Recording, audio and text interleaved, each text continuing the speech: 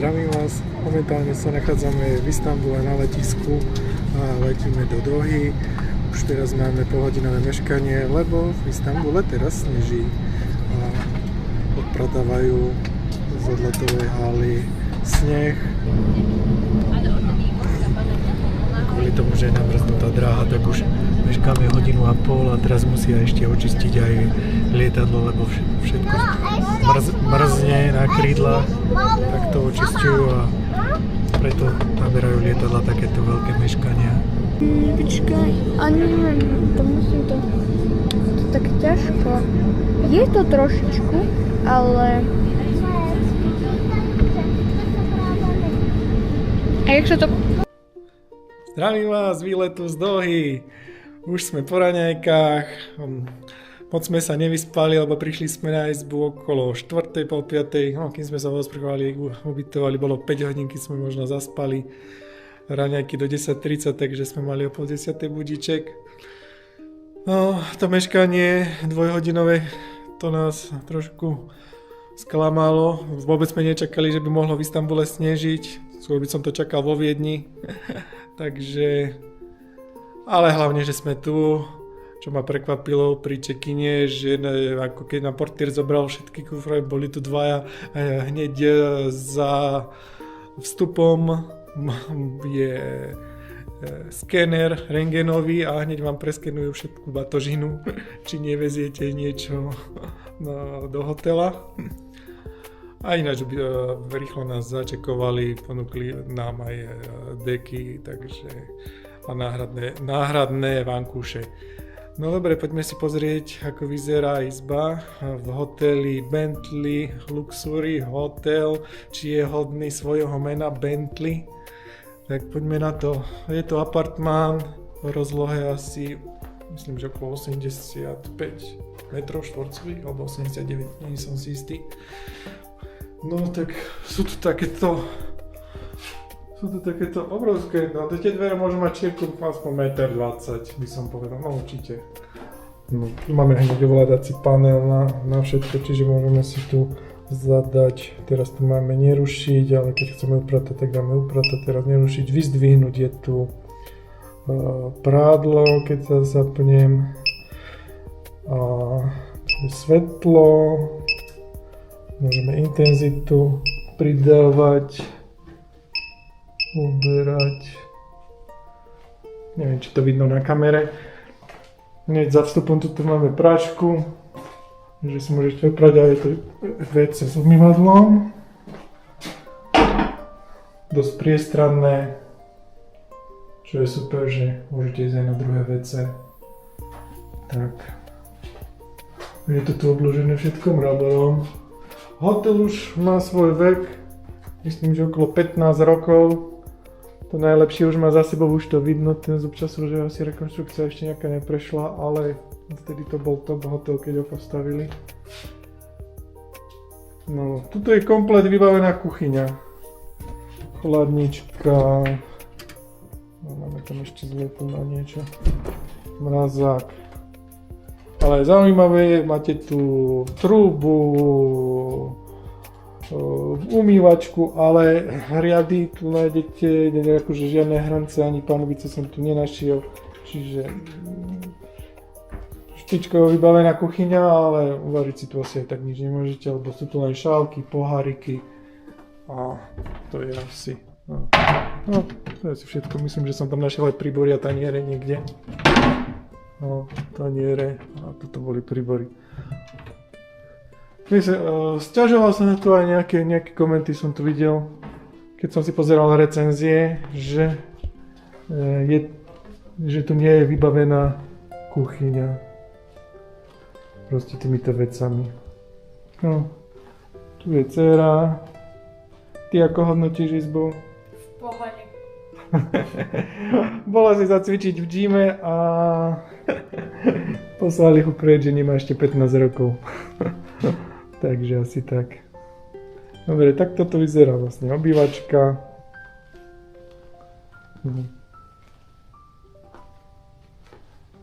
Tu máme jedálenský stôl veľký. Pekný. Mohlo by táto osvetlenie, tieto lampy. Vyzerá ako z bronzu, alebo asi to aj bude z bronzu. Tu máte všetky. Taký ten štýl. Ako tieto skrinky, tie už sú teraz není asi moc moderné, ale funkčné sú. Je tu takýto župan, našli sme tu len jeden. Papuče, už tu máme svoje veci. Žena išla s dcerou do kútika detského pozrieť. No, televízor je aj v obývačke, aj v spálni. Máme hlavnú spálňu, to je tiež ovládanie na svetiel, takže môžete vypínať alebo zapínať tieto načítanie, lampičky. Čo ma prekvapilo, lebo nevedel som, že sú tu len tieto anglické zásuvky. Čiže momentálne si nevieme ani dobiť v telefóny a tak ďalej. Nie sú tu iné, proste v celom ani nejaká redukcia. Pritom doma mám redukciu. Vôbec ma to nenapadlo, že používajú tieto zásuvky. No výhľad je, sme na 33. poschodí. Tu naoproti sa stávajú ďalšie mrakodrapy, tu sú ešte nejaké dve voľné miestečka. Zatiaľ sú tam nejaké autobusy, ale vidíme vzadu aj more. Ale keď tu postavia ďalší mrakodrap, tak už tu nebude vidno nič. No. Čo je prekvapivé, dneska sa už asi také ani nerobia moc hotely, že sa to dá otvoriť aj okno na 33. poschodí. Niekto to kritizoval, že tu je veľmi nízke, lebo tu mám kolená. Asi po kolená je vysoký múrik. Takže tam kritizoval, že keby tu vyskočilo dieťa na ten múrik, a bude otvorené okno, ale ono sa viacej otvoriť nedá, tak či tak. Nie, že by ho rozbilo, takže že to je nebezpečné. Tak som videl aj takú recenziu. Ale myslím, že toto nie sú nejaké, ale tak ľahko by nerozbilo a túto cestu medzeru by sa si dieťa neprepchalo. Neviem, môžete mi napísať. Dobre. Ešte si môžeme pozrieť kúpeľňu. Čo tu máme? Tu je umývadlo. Čo nám to poskytli?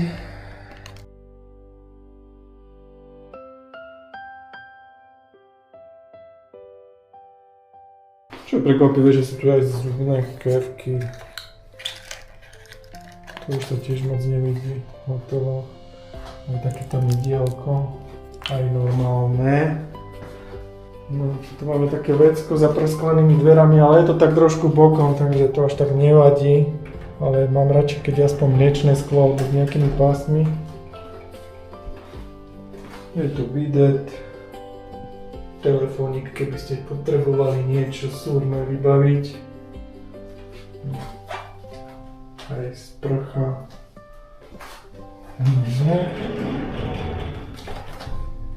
Môžeme si pozrieť na kúpeľňu. Mám tu takéto utieradlo brandované z logo hotelu. Čo je fajn. Ľubia tieto dvere, že idú do steny, tie zasuvacie. No takýchto sprcha, že tu aj hlavica na vrchu, aj normálna. Akože super. Aj kondicionér, mineral bath. Dobre. Niečo je, že to už. Tu už máme modré továrňu. No ale to sa stáva. Už to má svoj čas, už to má svoje roky. No tak toto je asi naša izba, tuto je ešte trezor. Ale umiestnený takto nízko, je to také nepraktické. Takže ako veľký je, obrovský. A sa musíte skrčiť, keď idete dávať niečo do trezoru. Co ešte na čo myslím, že tu je čo? Aj tu vlastný fén. No, už počujem, že prišla aj dcera s manželkou z detského kútika. Takže, tak, toto je naša izba. Jezíme sa teraz na lodi na Perlovom ostrove. Sú to také malé Benátky v Katare. Je tu množstvo kanálov a vyzerá to tu fakt jak v nejakom Taliansku. Vyzerá to tu super. Vyzerá to tu super. A tá voda je čistá, azúrová, jak... Kúkajte. Takže ak navštívite Dohu, tak nevynechajte tento Perlový ostrov a objednáte si túto loďku. Stojí to asi 200 katarských dinárov. Okolo 50 našich asi. No, 40, 50, 4 je jedno. Nie? Ale môžete ísť až 10 ľudia a my sme sa dohodli, tuto taká partia nás oslovila, že môžeme ísť na poli, oni boli 5, 4, tak sme sa po stovke zložili a lebo však je to dosť veľká loď. Nechcem ich točiť, lebo sú to Arabky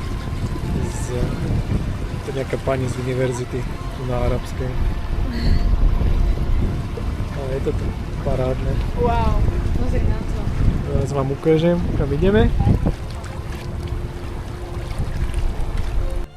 Perlový ostrov sa nazýva Perlový, lebo z výšky pripomína dve perly.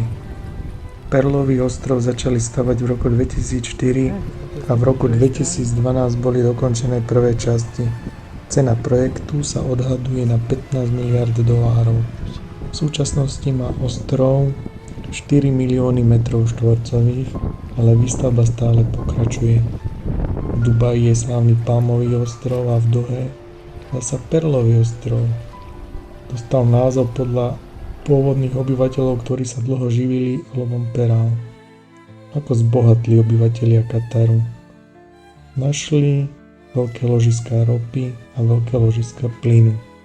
Príjmy Kataru sú až 90% z ropy a plynu. Katar nemá napriek tomu daň z príjmu, neplatí sa ani DPH, ani cestná daň. Iba na alkohol, tabak a energetické a sladené nápoje je zavedená tzv. Daň z hriechu a tá je vo výške 50 až 100%. Obyvatelia Kataru neplatia ani zdravotné, ani sociálne poistenie, ale ako turista musíte byť zdravotne poistení a mať zaistené ubytovanie a spiatočnú letenku. Doha mala napríklad v roku 2016 v úvodzovkách len 1,4 milióna obyvateľov a v roku 2025 už 2,4 milióna obyvateľov. Je tu obrovský nárast populácie, hlavne cudzincov z Afriky, Indie a iných chudobnejších krajín. Idú tam za prácou a dobrým zárobkom, alebo celý Katar má napríklad len 2,8 milióna obyvateľov, ale len 15 až 20% sú občania Kataru, čiže viac ako 80% ľudí v Katare sú cudzinci, ktorí prišli za prácou a vlastne celé to mesto vystavali, by sa dalo povedať. Katar má najväčšie HDP na obyvateľa na svete.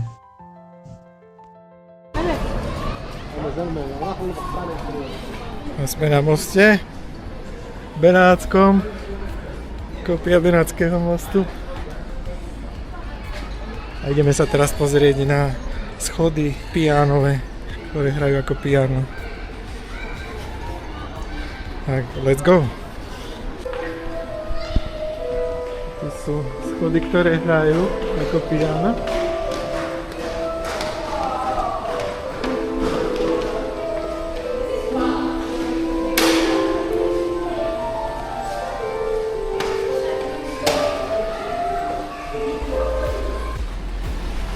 Tak toto je večerná Doha, Perlový ostrov, plno reštaurácií, teplúčko, takže ak si chcete užiť trochu tepla, tak treba sem prísť na víkend.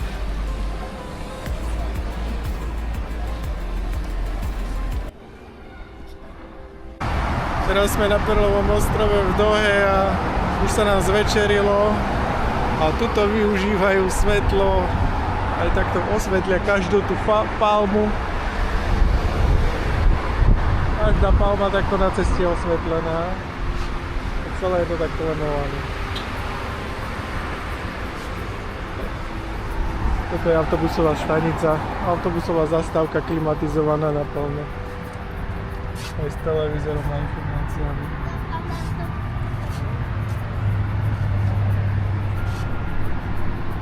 Vracame sa z Perlového ostrova a šli sme metrom, náš hotel blízko stanice DCC.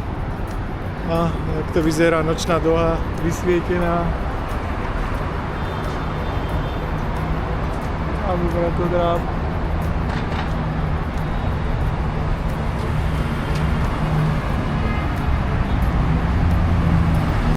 No a konečne sme prišli k nášmu hotelu.